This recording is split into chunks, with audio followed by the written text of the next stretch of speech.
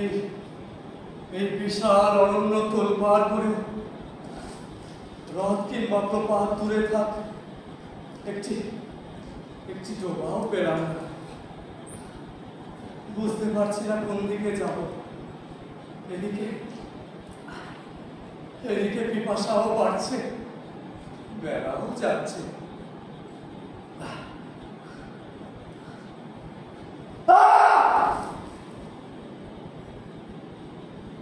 কে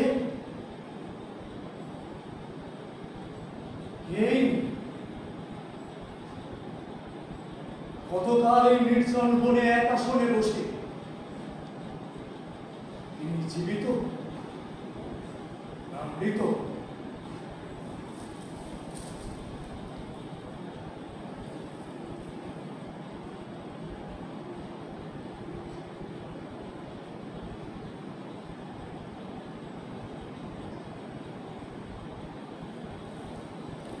আছেন, বেঁচে আছেন। উফ, এত ধীরে এত সূক্ষ্মভাবে কেউ বাঁচতে পারে? যেন মনে হচ্ছে সরু সুতো ধরে মহাশূন্যে ঝুলে আছে। কি করি? ডাকবো, ধ্যান ভঙ্গ করবো, কিন্তু কিন্তু এছাড়া যে আমার কোনো উপায় বা নেই।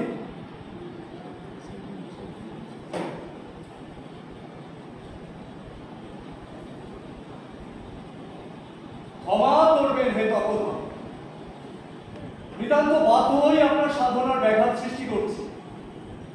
আমি হস্তিনার রাজা পরীক্ষিত, বড়ই বিপন্ন, এসেছি মৃগয়ায়। প্রভু প্রভু কৃষ্ণার্থকে যদি কৃপা করে।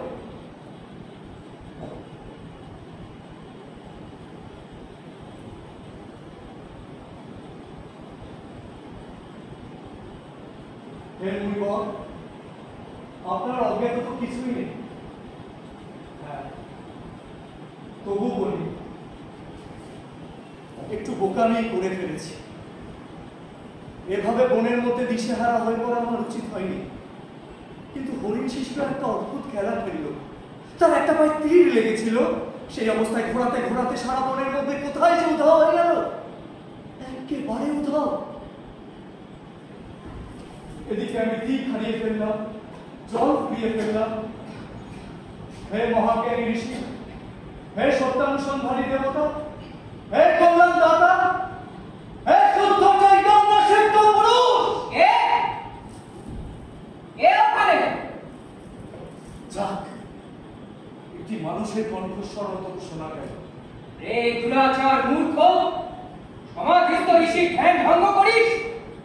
উন্মাদ পাষণ্ড, অকাল কুষাণ্ড। কে তুমি? কোথায় তুমি? শুনতে পেলে? কথা বলিস না, অপেক্ষা কর। সম্ভব না। তবে যা, চলে যা এখান থেকে। না, সবার আগে আমি জন্মগ্রহণ করবো। আমার কথা শুনতে পেলে? কোথায় তুমি? কে তুমি? শুনছো? শুনছেন? শুনছেন? বন থেকে বেরোতে পারছি না। আমার সারথি পিপাসায় মূর্ছিত প্রায়।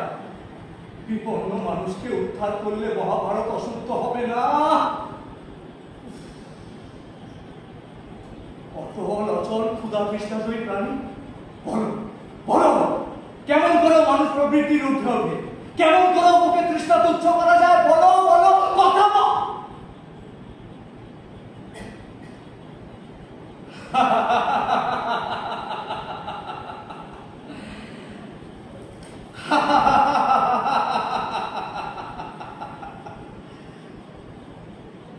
দেখি এবার কথা বলো কিনা।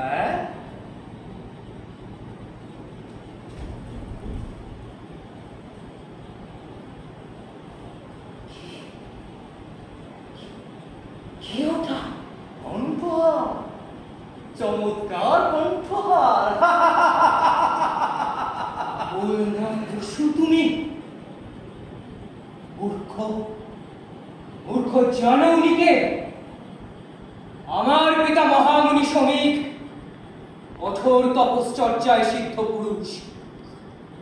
যার তপপ্রভাবে বনের পশুরা চুপ করে থাকে, গাছের পাতা পর্যন্ত শব্দ করে মাটিতে পড়ে না, আর তুমি এমনই দুঃসাহসী। ভয় কি? কেউ কোনো শব্দ করবে না, দংশন করবে না, মুগ্ধ চিত্ত পিয়ার মতো তোমার পিতার কণ্ঠ নগ্ন হয়ে থাকবে। অবশ্য বলতে পারি না, মুনি ঋষির তেজস্ক্রিয় স্পর্শে হঠাৎ ফস করে উঠতে পারে।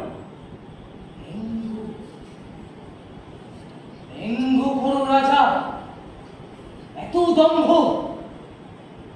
ওরা কি সরাজ্ঞান করো? দেখবে দেখবে রাজা, তুমি আমাদের ক্ষমতা দেখবে। দেখো দেখাও তপস বালক, শুধু মুখে স্মরণ না করে দেখাও, দেখি তোমার তপস্যার ক্ষমতা।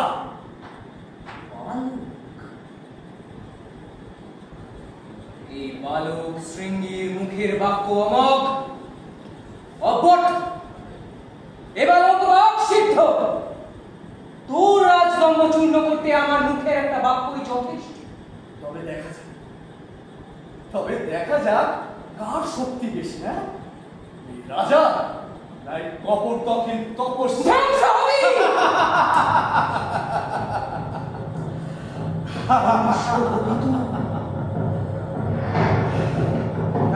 রাজা রাজ্য তোর ছাড়খানে যাবে। আমার রাজ্য?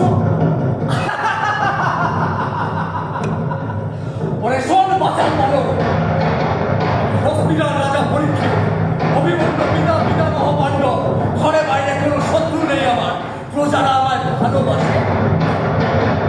আমার রাজ্য কিনা?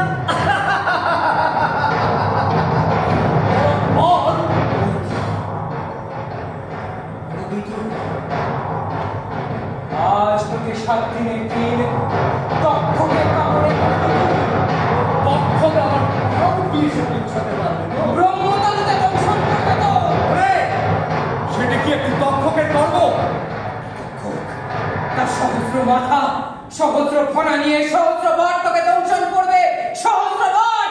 সহস্র মুখ থাকলেও লেজ তো তার একটি নাকি। হ্যাঁ, তোর তক্ষকে কি করে বিশ্ব ব্রহ্মাণ্ড দেখাতে হয় সে আমার জানা আছে।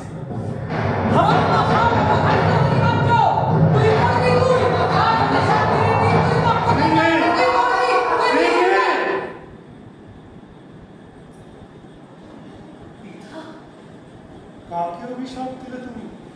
ওই যে দুষ্ট রাজা ঘোড়া ছুটিয়ে পালায়, অভীষ্ট দূষিত গলিত সাপটা আপনার গলায়। থাক, সে কোনো অন্যায় করেনি। পিতা, জীবন ধারণের জন্য সে যা করেছে সেটাই স্বাভাবিক, কিন্তু তুমি যা করলে। অপরাধ করেছি কিছু পিতা? আমারই অপরাধ। তোমার উপরে সব ভার ছেড়ে দিয়ে নিশ্চিন্তে ধ্যানে নিমগ্ন হওয়াটাই আমার অপরাধ। তো আমি তো আমার দায়িত্বে কোনোদিন অবহেলা করিনি পিতা। কি দায়িত্ব তোমার? আমাকে পাহারা দেওয়া। কি ভার ছিল তোমার উপরে যতদিন আমি ধ্যানে মগ্ন থাকি? পশু পাখিদের জল আহার খাওয়ানো। আজ পর্যন্ত আমাদের আশ্রমে যেই এসেছে সাধ্য মতো তার সেবা করেছি পিতা। এই তো একটু আগে একটি রক্তাক্ত মৃগ আমার কাছে এসে আশ্রয় দিল, আমি তাকেই সুস্থ করে তুলছিলাম পিতা। এই বনে সরোবর আছে একটি, কেবলমাত্র আমাদের এই আশ্রমে। এত বড় অরণ্যের গাছপালা, পশু পাখি, বিচিত্র প্রাণের পালন করি আমরা। মৃগটিকে সেবা করছি, আর ক্ষুধার্ত মানুষটিকে অভিশাপ দিলে, তৃষ্ণার্ত মানুষটির মৃত্যু কামনা করলে তুমি।